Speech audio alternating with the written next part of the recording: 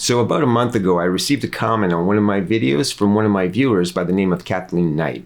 And her comment was as follows. Hi Craig. I have a Creative Fabrica subscription, but I recently came across a couple of videos, one from Jenny Hanson-Lane and another from Starla Moore, which have made me wary about using any of Creative Fabrica's assets. Two members of Starla Moore's community were sued after utilizing assets from Creative Fabrica's design library, and Jenny Hanson-Lane had her KDP account suspended after using a coloring page she downloaded from Creative Fabrica as well. It seems that someone had uploaded copyrighted images to Creative Fabrica that didn't belong to them. And in this comment, she attached a link to both of those videos. Now to Kathleen, I apologize for not posting your comment right away, but the reason for that was because it contained links to those videos which I hadn't seen yet. And once I had viewed them, I realized that I wouldn't be able to sufficiently respond to your comment in the comments section. So I postponed publishing your comment until I had created my response in video format. Now I don't normally respond to videos like this, but after viewing both of those videos, I felt I had to for this reason. This video from Starla Moore is really only telling half of the story, and her omitting the other half of the story, which I'm sure was completely unintentional on her part, is the reason why the reaction from Creative Fabrica subscribers was so over the top and, in my opinion, unwarranted. If the entire story had been told, I believe that the reaction to the video would have been nowhere near what it was. So in this video, instead of placing blame and pointing fingers at a particular company, I'm going to tell the entire story. Plus, I'm going to give you some useful tips on how to prevent these copyright infringement cases from happening to you in the first place. I'm also going to give you some proactive advice that you can utilize to potentially help reduce the financial impact of these types of suits and settlements in the rare event that they may actually happen to you. So if you're someone that has a self-publishing or print-on-demand business and you find yourself a little overwhelmed by all of this controversy, then keep watching.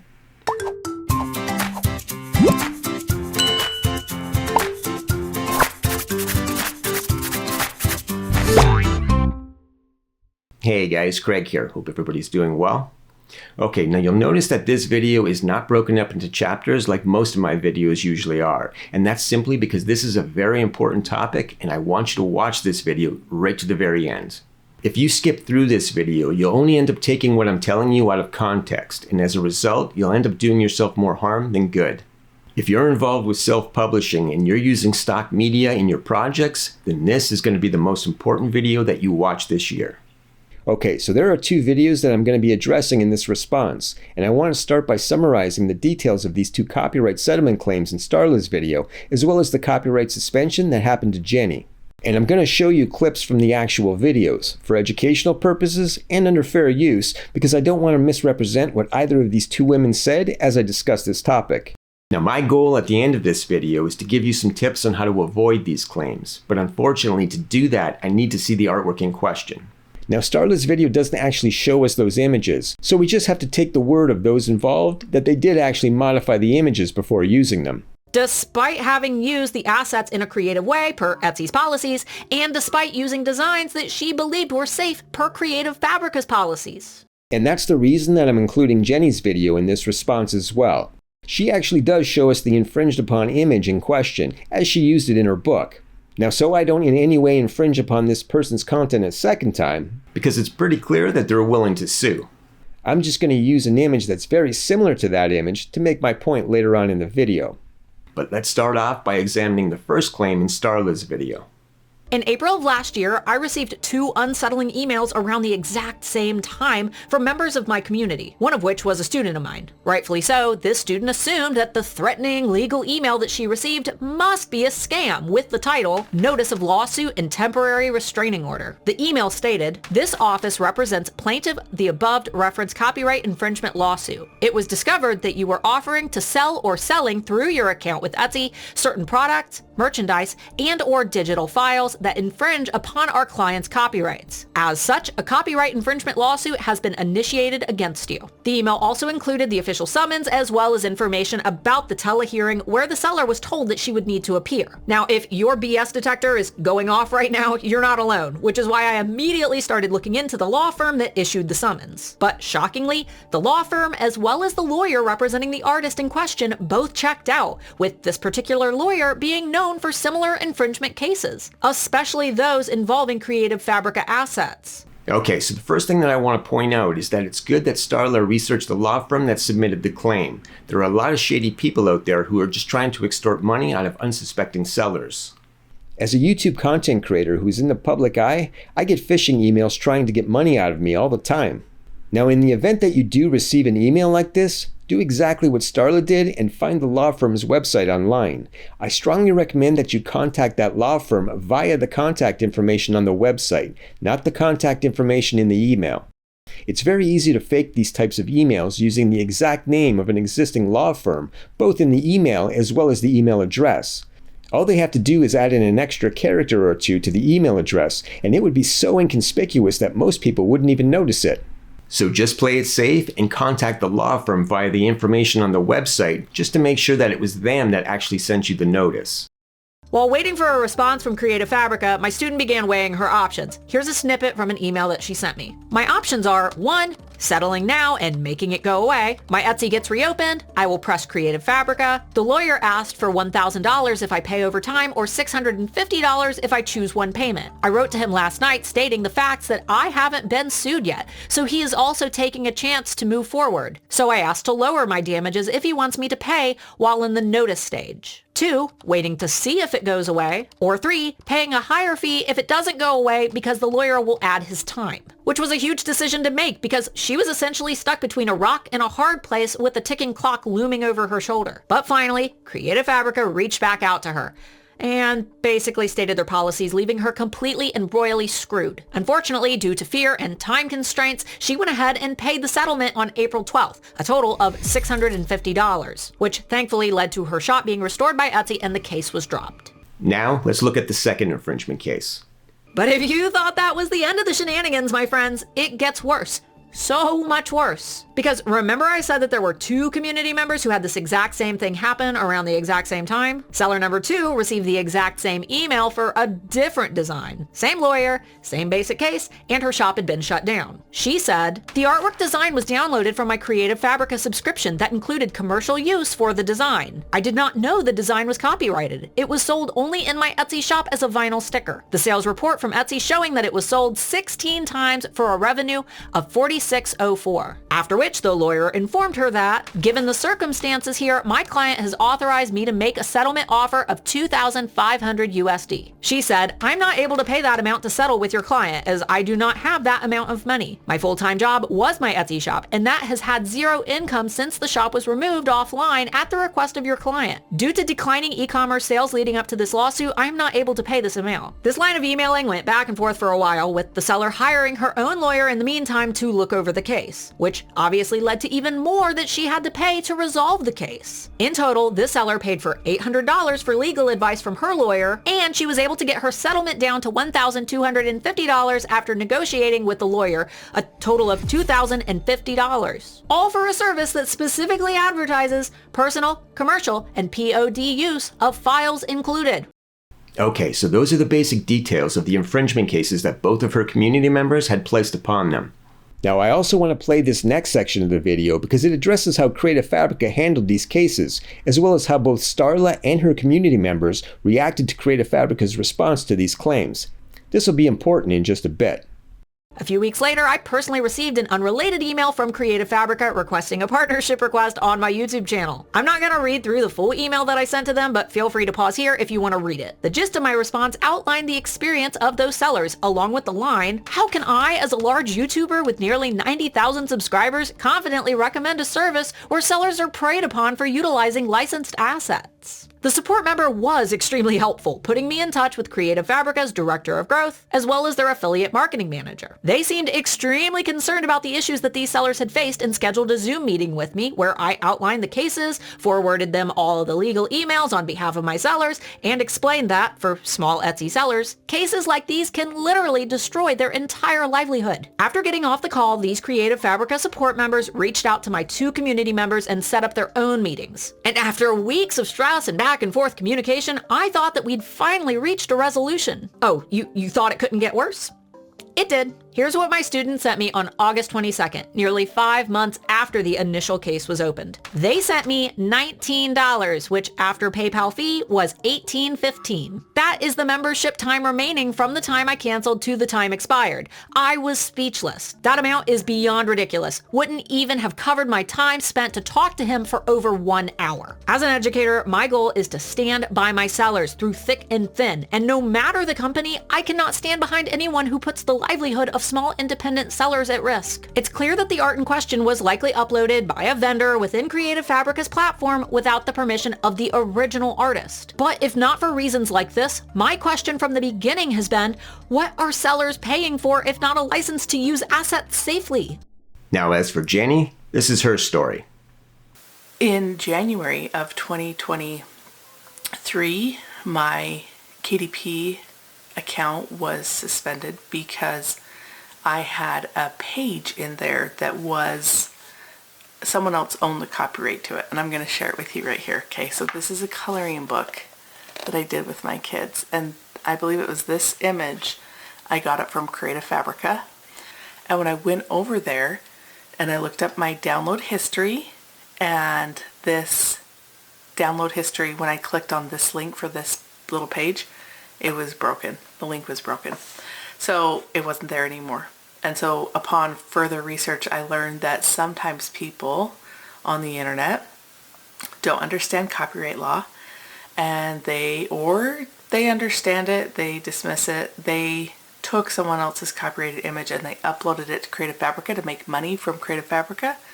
And then I was hit with that. I was hit with that suspension. So I was able to get my account turned back on, and I've had to redo books. They do a full audit of your entire bookshelf. And so I believe, I haven't counted, I think I have like 200 books that might be blocked. If you guys want those real numbers, put it in the chat. Okay, let's just start from there. Now, the overwhelming opinion of many of the people in the comments section of Starla's video is that Creative Fabrica should vet all of the images that are uploaded to their site.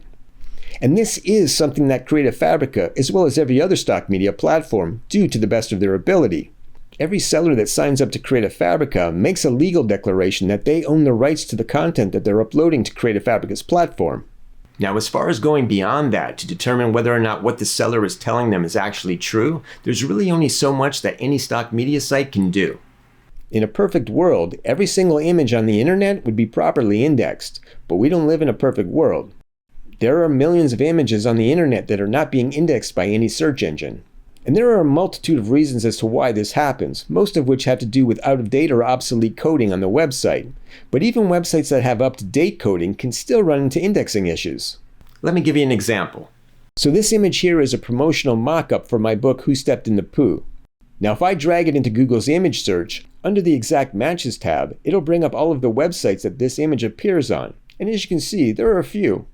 But there's one really important one missing, and that's my author website at craigbabin.com.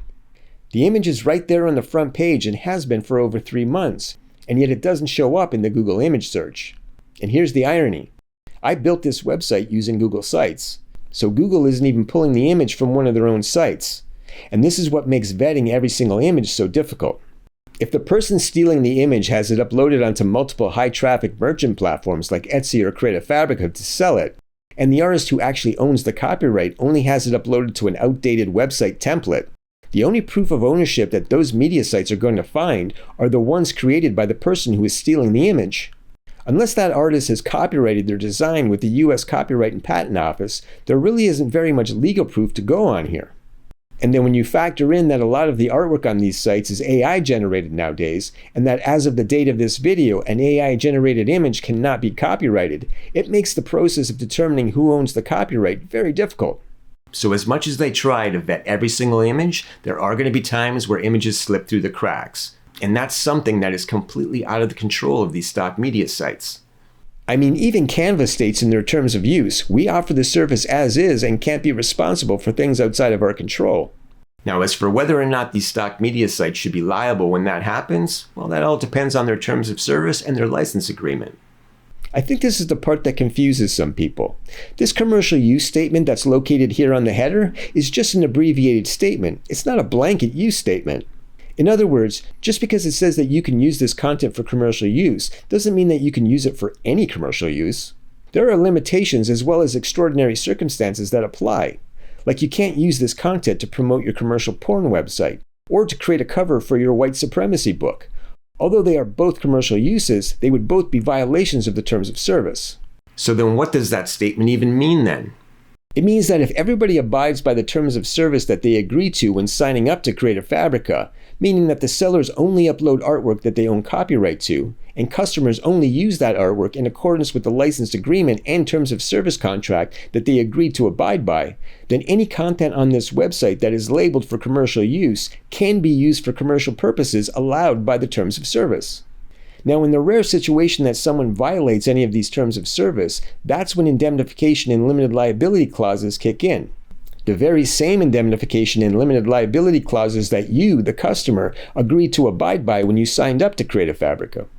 As it states right here in Create a Fabrica subscription license agreement, you agree to defend, indemnify, and hold harmless Create a Fabrica BV and its directors, employees, partners, and affiliates from and against all allegations, suits, claims, actions, demands, damages, liabilities, obligations, losses, settlements, judgments, costs, and expenses, including without limitation reasonable attorney's fees and costs, which arise out of using any of the products obtained from this site.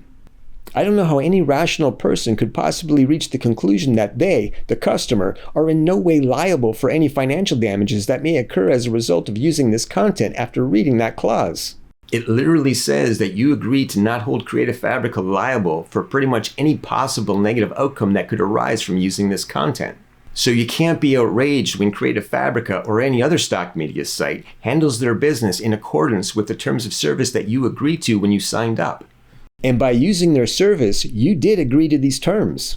By visiting our site and or purchasing something from us, you engage in our service and agree to be bound by the following terms and conditions, including those additional terms and conditions and policies referred to herein and are available by hyperlink. These terms of service apply to all users of the site, including without limitation users who are browsers, vendors, customers, merchants, and or contributors of content. Please read these terms of service carefully before accessing or using our website. By accessing or using any part of the site, you agree to be bound by these terms of service. If you do not agree with all of the terms and conditions on this site, then you may not access the website or use any services. The terms also state, you may not use our products for any illegal or unauthorized purpose, nor may you, in the use of the service, this part is talking to merchants and vendors here as well, violate any laws in your jurisdiction, including but not limited to copyright laws. And if we scroll down a little further, the terms clearly state, you expressly agree that your use of or inability to use the service is at your sole risk. The service and all products and services delivered to you through the service are provided as is and is available for your use without any representation, warranties, or conditions of any kind, either express or implied, including all implied warranties or conditions of non-infringement. If you read nothing else in a stock media terms of use contract, make sure you at least look for this clause here. It basically states that this stock media website does not provide a warranty or guarantee that any of the content that you may use from this website will not infringe on the copyrights of another person. Although they do everything in their power to ensure that this doesn't happen, there is always a remote possibility that it could. Because the content is being uploaded and warranted by a third party who is not employed by the stock media site, if that third party should lie about owning the copyright to a piece of art, that would be something that is completely out of the control of the stock media site. That means that if you assume that you're warranted against copyright infringement claims while using this content, then you're wrong. And if we jump back to the license agreement, it again clearly states, you understand that items are created and added by third parties. While we do our best to remove content that might breach copyright or trademark, Create a Fabrica cannot be held responsible for items that are added. Now, the only reason why I can see someone being outraged by the way Create a Fabrica handled this situation is because even though they agreed to abide by the terms of service and license agreement, they didn't actually read it. And whose fault is that? It seems that Starla's community member was refunded the amount of her latest subscription charge, which is exactly what Creative Fabrica states in their subscription license agreement that they would do in this situation. In case you did not breach the terms and conditions of this license and suffer damages because of a product used, we will indemnify you by refunding the full charge of your latest subscription charge, provided that you inform us within 3 working days after the damage occurred.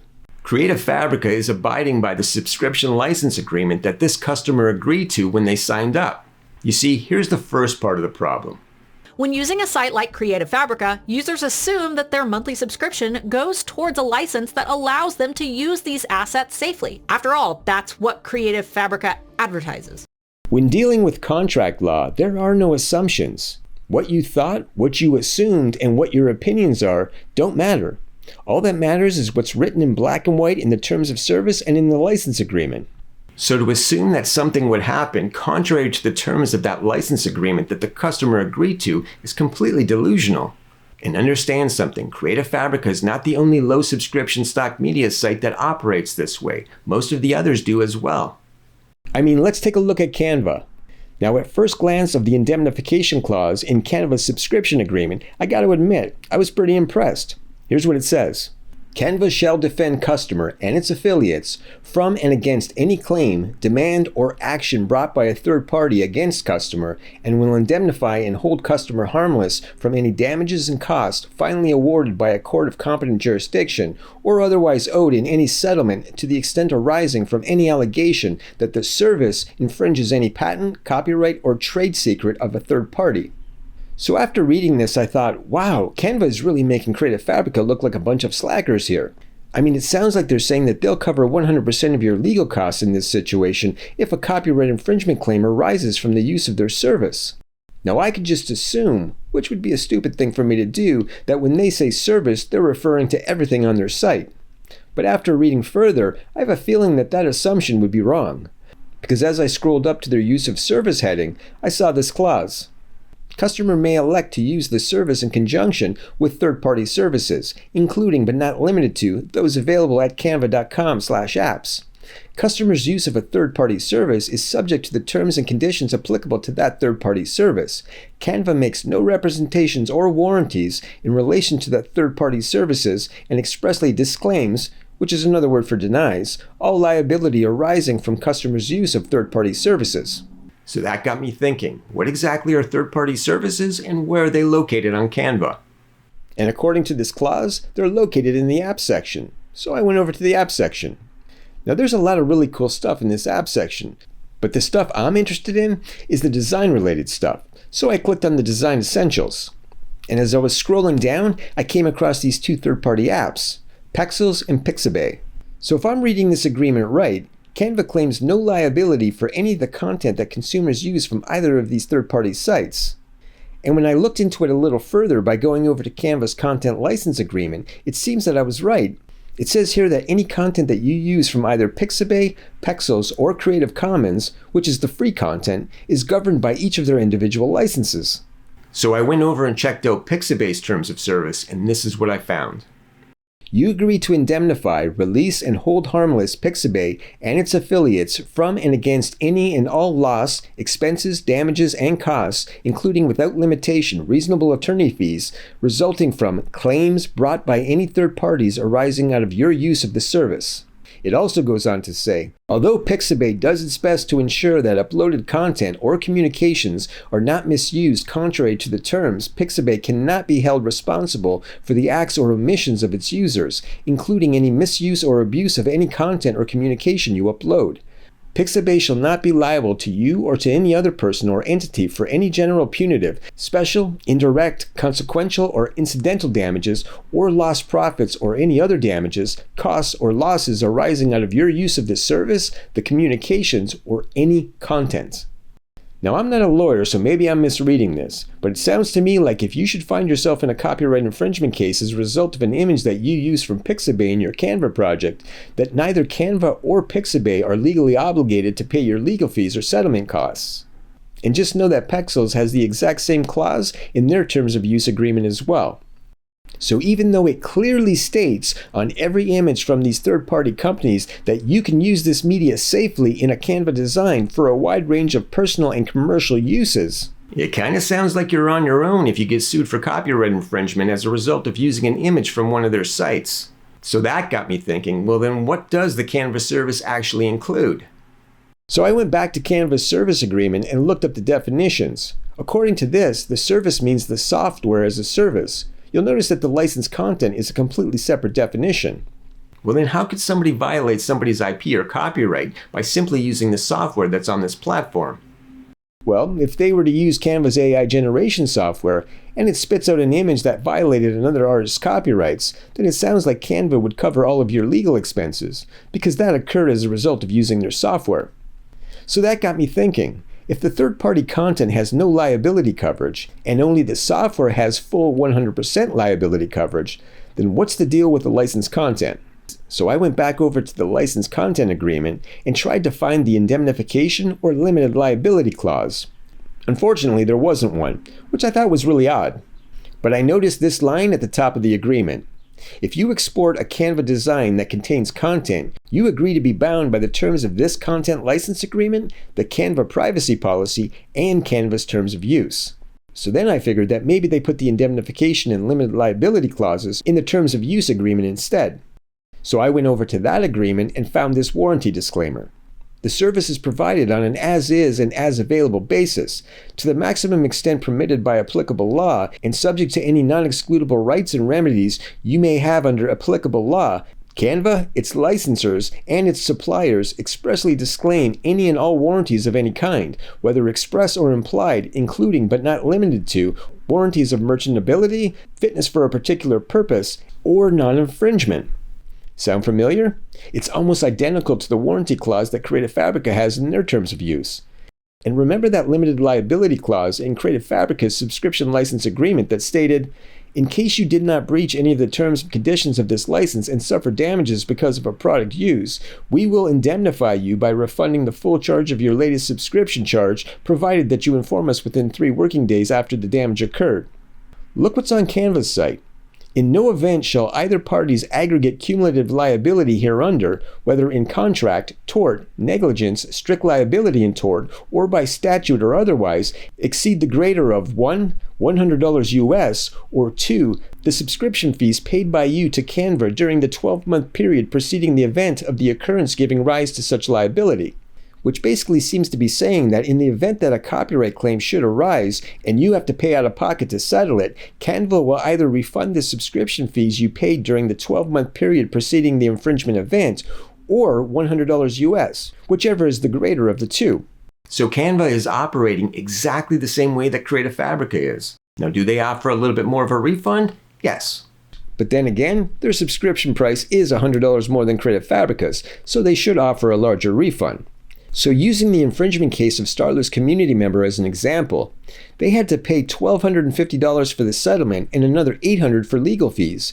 If that had happened while they were using Canva, which it could have, according to the terms of use, Canva would have refunded them a maximum of $150, which is the subscription price. So they would have still had to have paid $1,900 out of pocket. Again, I'm not a lawyer, so don't take anything that I'm saying to be legal advice. I'm simply showing you what their contracts state. But if I'm wrong, then if Canva claims to have no liability on any third-party content and 100% liability on everything else on their site, including licensed content, because it's part of the service, then what the hell do these limited warranty and liability clauses pertain to on their website? So I'm pretty sure that I'm reading this agreement right. But just in case, I decided to reach out to Canva to get some further clarification. Now, the only contact information I could find was for their sales department. So I sent an email asking them if the indemnification clause 12.1, located in their subscription agreement, covered the licensed content as well as the software. And they responded back with this email telling me that their Canva team plan would be perfect for me and were nice enough to offer me a 30-day free trial. Unfortunately, they didn't answer my question, so I can't give you a definitive answer. But if there are Canva employees out there who can get a statement from Canva in writing stating that they do in fact cover 100% of the legal and settlement fees that may occur from an infringement claim that results from using any of their licensed content, and you can show that to me in a video, I will happily create a video admitting that my interpretation was wrong. But I don't think I'm going to be creating that video anytime soon. On a side note, both Starla and her community members were able to get a live Zoom call from Creative Fabrica's affiliate department, whereas I got an auto-generated form letter from the sales department. If I was rating customer service, I'd give Creative Fabrica an A+ and Canva a D-. Look, Starla's video did bring to the surface a problem that exists within the print-on-demand industry, but the problem is not Creative Fabrica. The problem is that the vast majority of people who are involved in this industry don't treat it like the business that it actually is. They treat it like they're buying a scratch-off lottery ticket. Pay your $5 and you could potentially win big money, and that's just not the case. Yes, there is potential for very real financial gain in this industry. If you do it right, you can easily make hundreds, thousands, or even tens of thousands of dollars. But understand something, with that potential financial upside also comes very real contracts, very real obligations, as well as very real liabilities. If you're getting involved in any of these stock media sites and you're not reading the terms of service, as well as the license agreements that you're agreeing to abide by, then you're just asking for trouble. You see, the problem with Starla's video is that when she makes the claim that Creative Fabrica is somehow doing something wrong, without letting her viewers know the entire story, which is that Canva and every other stock media site with these low subscription fees are doing the exact same thing, then all of these viewers in her comments section that are declaring that they've just canceled their subscription to Creative Fabrica after hearing what Starla just said are probably going to head over to Canva to sign up there. And because Starla claims in her video that she could never work with a company that is doing what Creative Fabrica is doing to their customers, and because she's clearly affiliated with Canva, a company that, unbeknownst to her viewers, also seems to be handling these copyright infringement situations the exact same way that Creative Fabrica does, her viewers are going to assume that Canva is the safer option, because that's a company that Starla endorses and is affiliated with, and they trust her judgment. But even that's not the issue. Because she made it sound like the problem was that Creative Fabrica was somehow misleading its customers, which they clearly aren't, provided that the customer actually reads the contract that they agreed to abide by when they signed up.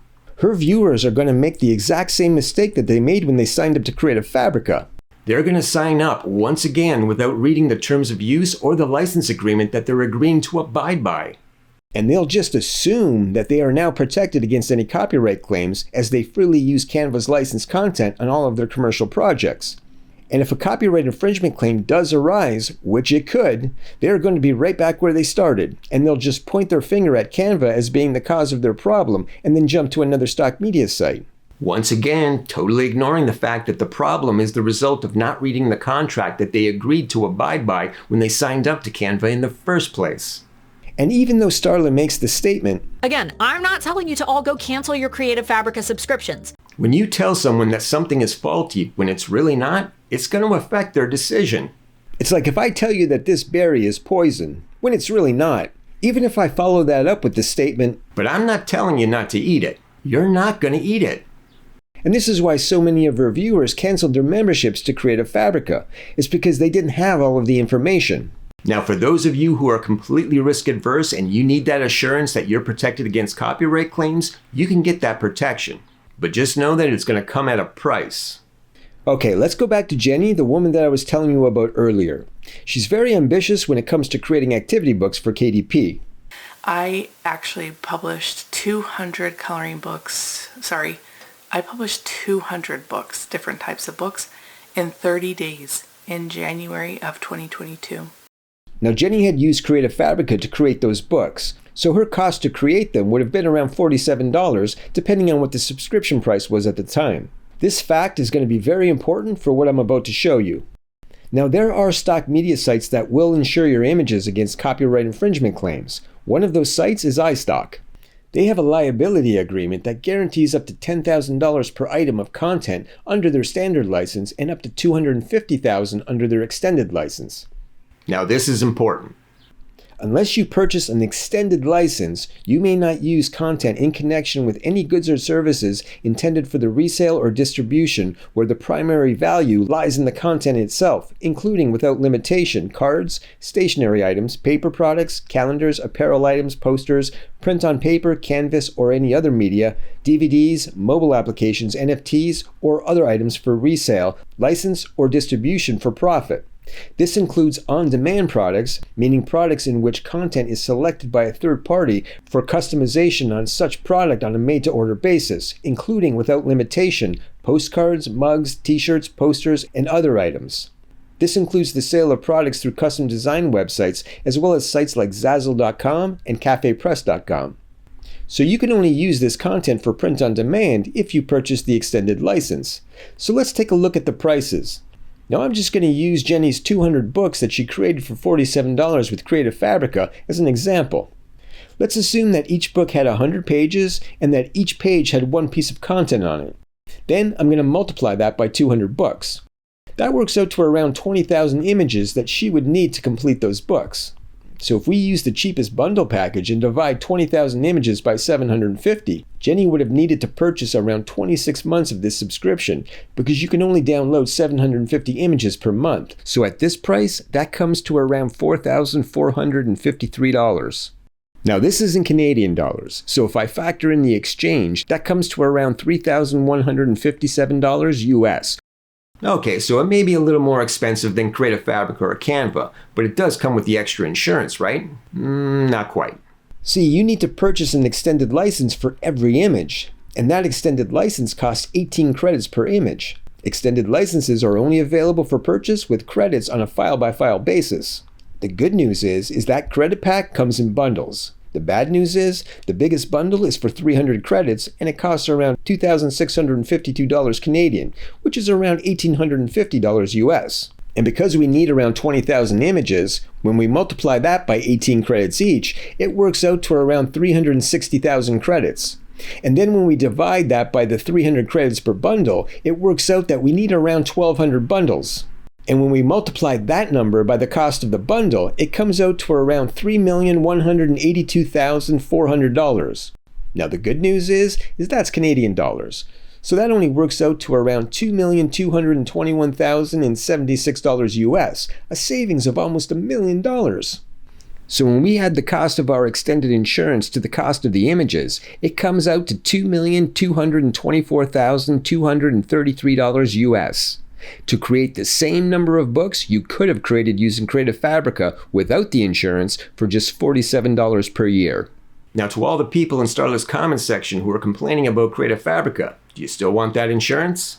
Look, I'm just going to state the obvious here. If you're going to spend that much money to create 200 children's picture books, just hire an illustrator. In fact, for that price, you could probably hire Disney to illustrate your books for you.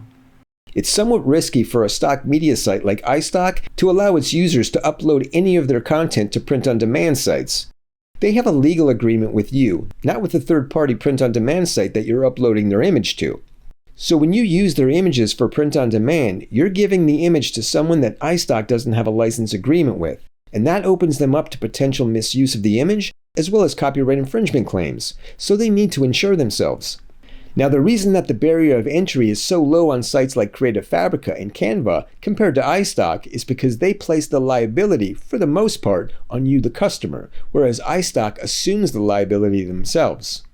Now I just want to reiterate that these copyright infringement lawsuits are very rare, so the potential financial liability that you as an individual take on is really quite low. Because it's only you and you're only going to use so many images, and because the vast majority of the images that you download from these stock media sites will not be infringing on anyone's copyrights. Whereas a platform like iStock, which has tens of millions of images to insure, along with millions of customers to indemnify, they're looking at hundreds of millions of dollars in potential financial liability. Another thing that I want to point out in Jenny's situation is that she was able to make over $80,000 in royalties on her 200 books in the 2 years prior to her copyright strike on Amazon. And I believe we brought in around 30 grand the first year, so I kept going. Second year I think was 57. I think that's what we did in 2023. I'll have to double check. And although her strike didn't result in having to pay out any legal or settlement costs, she only got a temporary suspension of her account as well as an audit for all of her books. Even if she would have had to pay the $2,000 that Starla's community member ended up paying out with her claim, it still would have been far more profitable creating her books for $47 with Creative Fabrica than it would have been spending $2.2 million using a site like iStock. Spending that kind of money to create your books is a huge financial risk. So if you're going to get involved with self-publishing or print on demand, then you're going to need to weigh the risks versus the rewards before you get started. Any stock media site that offers unlimited downloads for a low monthly subscription price will only have very limited liability for any copyright infringement claims that may occur from the use of their content. Any stock media site that does offer liability insurance on their content will have an extended license that must be purchased in addition to the price of the content itself to gain that insurance. And now that you know how the entire industry works, you can clearly see that the real problem here is not Creative Fabrica or any other stock media sites out there that have low subscription fees and limited liability against copyright infringement claims. The real problem is customers signing up to those services without actually knowing what they're getting into. Because if they knew what they were getting into, then they could take measures to prevent a lot of the problems that arise when using stock media from happening in the first place. And that's what I'm going to show you how to do right now. Now, because I'm going to be giving you some tips on how to properly use artwork from Creative Fabrica, just know that I am affiliated with them and that I have links to some incredible money-saving offers in the description section of this video if you're interested. Now, before I get started, I just want to point something out. There's a part of Creative Fabrica's subscription license agreement that I'm not a big fan of. And if you've watched any of my other videos, you'll have heard me say this before. And that is that I really don't care for this full print-on-demand usage license. And what I don't like about it is that it allows you to pretty much use images without modifying them first. Now, I get why this license is here. Many people who use Creative Fabrica use it to create merchandise for brick and mortar retail sites. In other words, they create products to sell in local boutiques, maybe from a booth at a flea market, or even a fundraiser. If you're selling your products offline in your own little corner of the world and you want to use these designs as is, knock yourself out. Even in the rare instance that you may come across an image that was uploaded to Creative Fabrica illegally, the odds that anyone would notice it in your tiny little town are very low. Now, that's not to say that if you found out that an image that you used was copyright protected, that you should keep on selling it. No, you should definitely remove it from your store. I'm just saying that the odds that you'll ever have a copyright infringement claim filed against you is very low. Whereas if you're selling in online markets like Etsy or Amazon, the risk of being seen is exponentially larger. Plus, if you're using the image as is, you also run into greater risk of having your products removed or your selling privileges revoked for violating many platforms' duplicate content policies. Amazon is a prime example. They have very strict policies when it comes to using duplicate content with KDP. So if you use a bundle of coloring pages in one of your books and another Creative Fabrica customer uses those exact same images in their book as well, if a customer buys both of your books only to find out that even though they have entirely different covers, they both contain the exact same images, they're going to complain to Amazon. And that will more than likely result in both books being removed from the platform, as well as a possible suspension for both seller accounts. But when you sell offline, you're not subjected to all of those terms and conditions that come with selling on platforms like Etsy and Amazon. So if your plans are to sell online, especially if you're going to be creating books for KDP, just stay away from this full POD license altogether. Focus instead on the basic print-on-demand license that requires you to modify the images before you use them. Okay, so I'm going to start off by showing you how Jenny could have avoided her situation first. I'm just going to use an image from Creative Fabrica that looks very similar to the one that she used. I'm also going to grab a few other images to help me make my point. So here's a cute little teddy bear holding a heart. Now, if you're following the terms of the basic POD agreement on Creative Fabrica, you're told to modify this image. By doing so, you not only reduce your chances of getting a copyright infringement claim slapped on you, but you're also reducing your chances of Amazon suspending your book for the use of duplicate content. Unfortunately, many of the people who are using Creative Fabrica don't really understand what it means to modify the image. Many users believe that if you do something like this, that the image is now modified. And that's just not the case. You have to go further than that if you want to protect yourself against any copyright claims that may arise as a result of the image being stolen. So to modify this image, I'm going to use a total of 5 additional images that I downloaded from Creative Fabrica. Now, the first thing that I want to do is clean up my teddy bear image a bit. So I'm going to grab my paintbrush and then using my Alt key, I'm just going to sample this white background. Next, I'm going to make sure that my brush is set to hard and to 100%. Now, I'm just going to paint over all of the lines on this drawing that I don't want. I'm doing this to try to make sure that my final design will be as far away from this original design as possible. I want my final image to be very simple, so I don't need all of this extra line art. I'm also going to remove the entire face of the bear, as well as the heart that he's holding onto, and the bottom of his feet. Now before I move on, I'm going to make one more change to the bear to help differentiate it from the original design. I'm going to make the inside of the bear's ear a little smaller. To do that, I'm just going to use my poly lasso tool and select the entire inside of the ear. Then I'm just going to cut it out and then paste it back into the exact same spot. Now, I'm just going to shrink it down in size. Don't worry if you end up with a little bit of white on the bear's head. You can just sample the black line art with your paintbrush tool and then touch up that area. When I'm done, I'll merge these two layers together. Okay, so now that I have my bear completely stripped down, I'm going to start bringing in elements from the other images that I downloaded from Creative Fabrica. The first thing that I'm going to bring over are some eyes. I'm going to use my poly lasso tool to select the area of the eyes that I want. I'm going to include the cheeks, eyebrows, as well as the bridge of the nose in my selection. Once I have them selected, I'll just copy them and then close down this image and then paste the eyes back on my bear design. I'll just resize them and place them where I want them. I'm not going to worry about the exact placement right now. I can always move them around later on. Now, just so that I don't run into any issues of leftover white running into something else on my design, with this new eye layer selected, I'm just going to grab my magic wand tool, select the area of white between the eyes, and then hit my delete key. That way there, I'll only be left with the white specular highlights on the pupils of the eyes, as well as the eyebrows. All of the other white outside of the black line art will have been removed. Alright, the second thing that I want to bring over is the nose and the mouth. And I'm going to once again use my poly lasso tool to do that. Once I have them selected, I'll copy them, close down the image, and paste them on my bear design. And then I'll resize and position them. I'm also going to take that additional step to remove any of the excess white that I brought over with the nose and the mouth. Okay, the third thing that I want to add to my bear design is the bottom of the paw. So I'm going to use my poly lasso tool to select this area right here. Once again, copy it, close down the file, and paste the paw onto my bear design. I'm going to resize it and place it into its position. Then I'm going to duplicate the layer by dragging it down to the little plus icon at the bottom of the layer menu, and I'm going to move the copy over to the other foot. Then with the paw still selected, I'm going to go up to the Edit tab, down to Transform, and then I'm going to choose Flip Horizontally. Now I'll just put the paw in place, I'll remove any of the excess white from both paws, and then lock out these two layers. Next, I'm going to bring in a hat for the bear. I'll just use this one here. To save myself some time, rather than using my poly lasso tool to copy it, I'm just going to select the white area outside of my hat using my magic wand tool. Then I'll just hit my delete key. Now I'm just going to use my rectangle selection tool to select the entire hat. I'll copy it, close down this image, and then paste the hat on my bear design. Next, I'll just resize it and set it into place. Now since I removed the heart the bear was holding, I want to bring something else in to replace it. So I'm going to bring this gift box in. I'm going to do the same thing that I did with the hat by removing the white area surrounding the gift box. Then I'm going to select the entire thing, copy it, close down the image, and then paste the gift box on my bear design.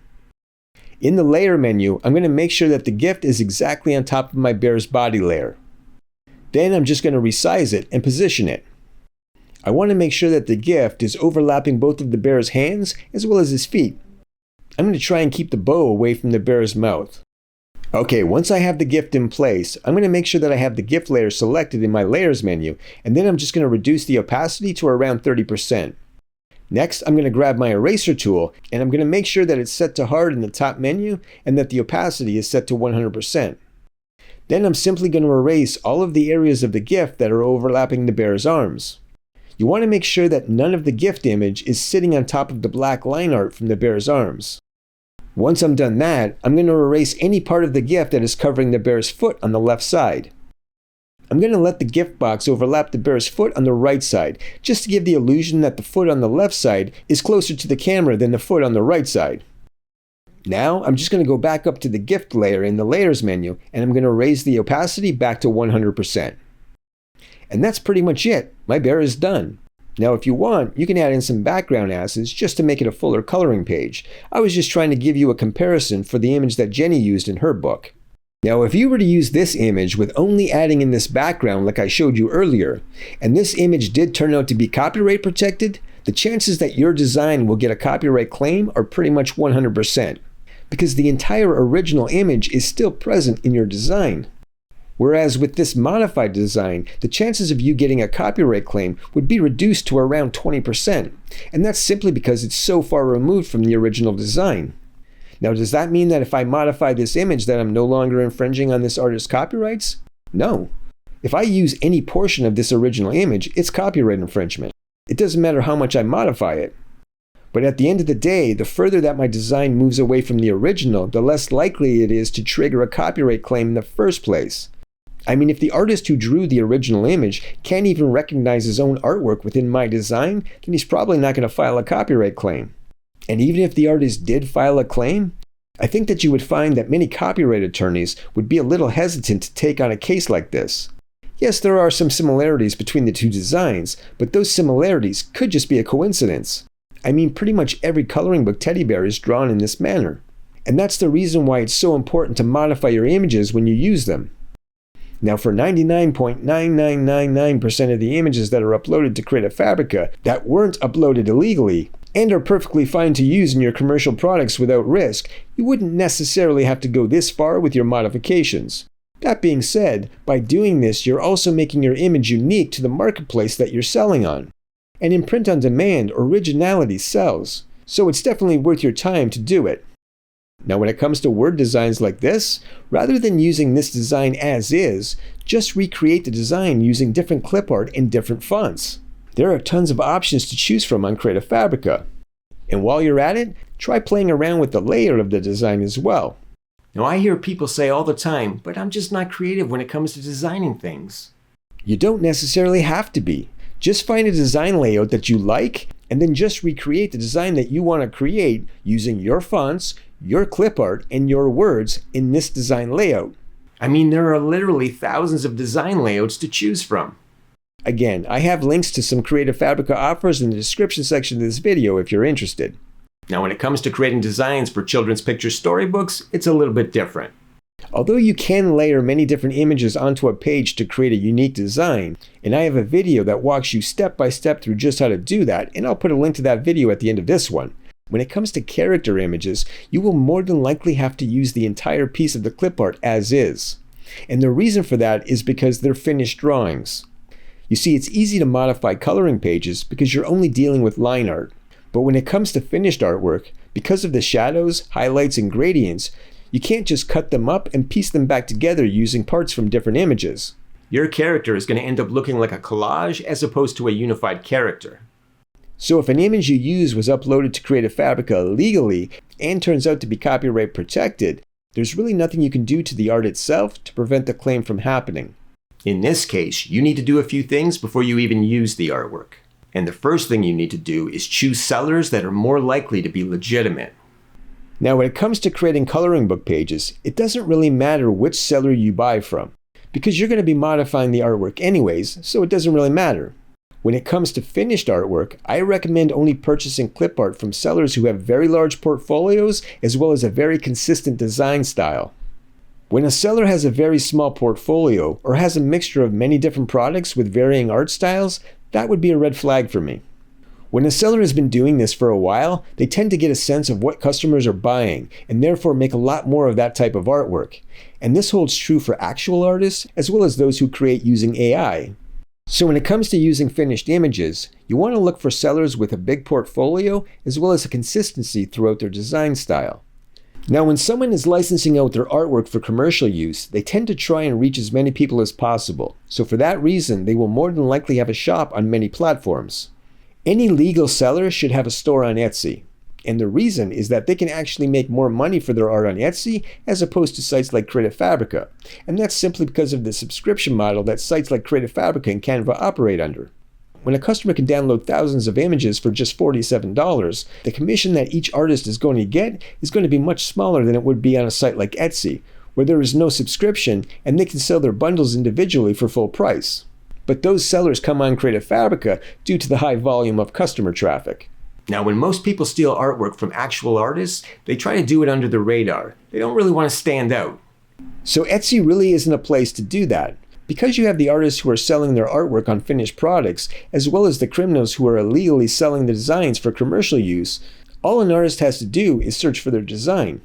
Etsy's search results will more than likely show the artist's finished product, as well as the stolen art being sold for commercial use, side by side. So it's much easier to get caught on Etsy than it is on stock media sites where artists who are only selling finished products don't have stores. So for that reason, if you find a seller that you like on Creative Fabrica, try to find that same bundle of artwork on Etsy. If you do, make sure that it's the same seller who is selling the artwork. If you want, you can even go one step further by contacting the store owner on Etsy to ask them if they have a store on Creative Fabrica. If they say that they do, then it's far more likely that they're legit. Just don't let them talk you into buying their artwork at a higher price on Etsy. The more public that someone is, the less likely they are to do something illegal. If a seller curates a really big portfolio of art, which is all legal, they're far less likely to steal one or two pieces from someone else, simply because those one or two pieces could be the end of their entire business.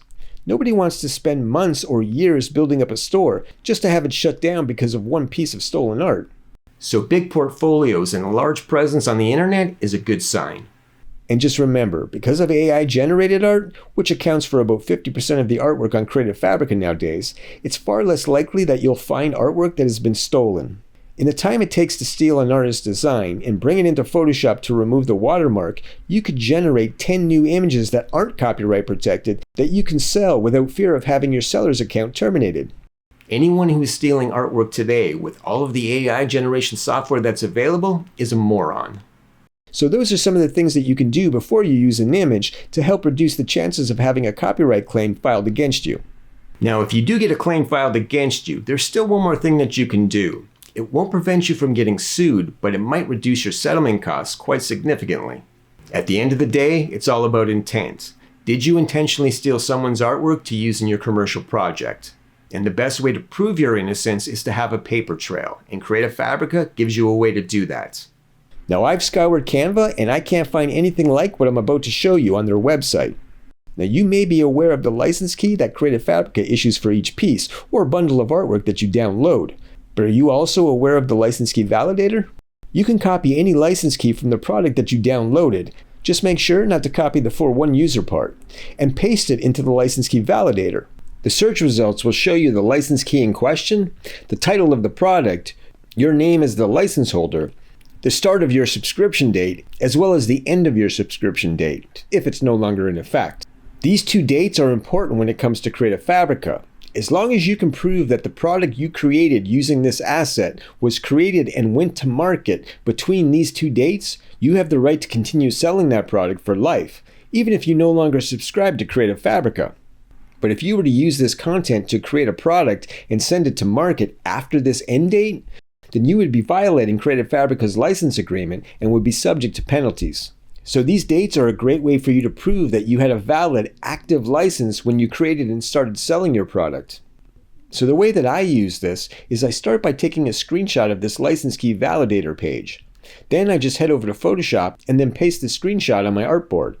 Now I'm running a double monitor configuration, so my screenshot is double the length of what yours may be. So I'm just going to crop it. Now I'm going to go up to the Image tab in the top menu and click on Canvas Size. I'm going to switch my units over to percentage and I'm going to add 150% to the top of my canvas. Then I'll go back over to Creative Fabrica and head over to my Downloads page. From there, I'm going to click on the product icon so that it'll take me over to the product page. Then I'm just going to take a screenshot of that page as well. I'll head back over to Photoshop and paste the screenshot onto my artboard, right above my first screenshot. And then the last thing I'll do is take a screenshot of the product on the Downloads page so that I can tie the license key into the license key on the validator screenshot. I'm going to zoom in on the screen a bit using my Control and Plus key. Then I'm going to take the screenshot and then head back over to Photoshop to paste it on my artboard. I'm going to scale the screenshot up until only the bundle is on the page. And then I'm just going to crop the entire image. From here, I'll just export the image out as a PNG and into my project folder. I can now use this Photoshop project file as a template to do this for every other piece of content that I used in my project after downloading it from Creative Fabrica. Now, if there are multiple images in the bundle that you've used in your project, take a separate screenshot for each slide. You want to make sure that the exact image that you used is on the screen. You can just create a second document that is sort of an attachment to the first document. When you export this second document out, just give it the same name as the first document followed by a -A. You're doing this just to remind yourself that this document is part of the first document. And you should do this for every bundle that you downloaded from Creative Fabrica that you use in or on a commercial product. Now, because you do this, does it mean that you won't get sued? Unfortunately, no. But it does prove your innocence and that you didn't intentionally violate the artist's copyright. By having this paper trail, you can show that you are just as much of a victim in this situation as the person who had their artwork stolen from them in the first place. And that evidence may keep this case from going to court, or at the very least lower your settlement costs quite substantially. And when it comes to proving your innocence to Amazon, this document will go a long way to getting your account back, as well as getting all of your books put back up in the marketplace. Now, when Creative Fabrica finds an image that is in violation of their terms of service, they remove it from their platform. Unfortunately, they, as well as most other stock media platforms like them, have no obligation to inform any of the users who may have downloaded the content that it's been removed for violating copyright laws. Now, I've been in talks with Lori, who is an affiliate manager for Creative Fabrica. And just to show you that Creative Fabrica is listening and has their customers' best interests at heart, this is what she told me in an email conversation. Most major platforms, including Canva, do not explicitly include with their license agreement an obligation to proactively notify users when content is removed. However, we understand the importance of clear communication regarding content removals. As part of our ongoing improvements, we are implementing a system to flag reported content to users who have downloaded it, ensuring transparency while keeping license keys visible. Now, normally when copyright infringing content is removed from a stock media platform, you would expect them to remove any license keys that pertain to that content as well. But not only are Creative Fabrica going to start warning users in these rare situations, but they're also going to leave the license keys in place so that you can prove your innocence if this ever happens to you.